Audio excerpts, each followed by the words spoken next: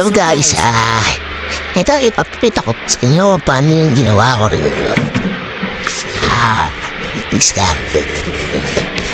Diskarte ng paglalagay ng drawer. Tsaka drawer tape. Yan ito.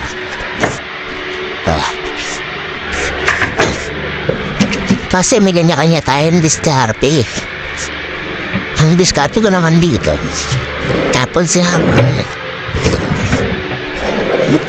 scoop lang siya. Pag-uwa ko na cabinet. Ganahan. Kung magsusukat kayo, sasabay niyo pang dalawang to.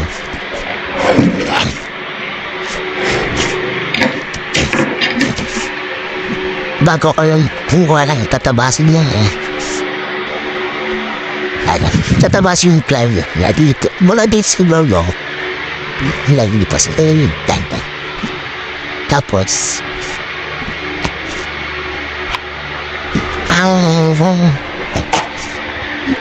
diskarte naman ngayon kung paano yung diskarte ko paano maglalagay ng drawer type sa gilid lang it's low.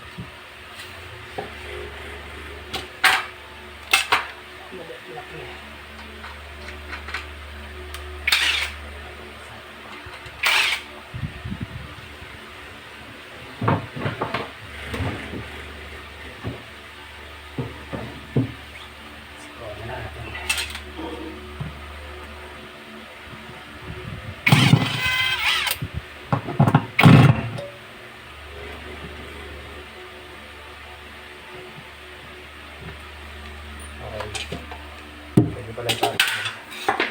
Bali papatong na lang.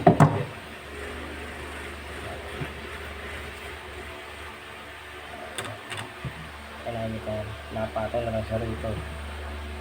Bali may allowance na yan. Pag pinasok nyo yung drawer, may allowance na yan. Hindi yan tayo kukuha.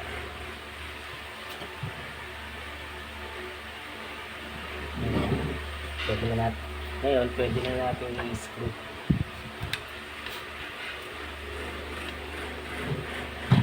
Baliktad pala. So, baliktad. Pwede natin siyang i-screw.